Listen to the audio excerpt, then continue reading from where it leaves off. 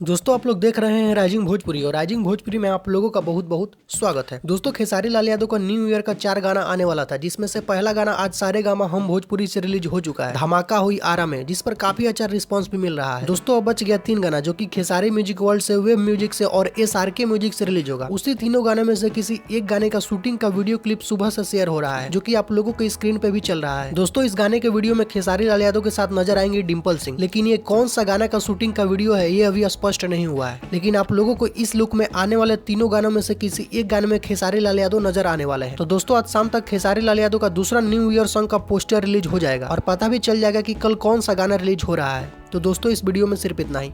Video पसंद आया हो तो वीडियो को लाइक कीजिए, चैनल पर आया हो तो चैनल को सब्सक्राइब करके बेल आइकन को प्रेस करके नोटिफिकेशन को ऑल कर ले। तो मिलते हैं एक नए वीडियो में नए खबर के साथ, तब तक के लिए धन्यवाद।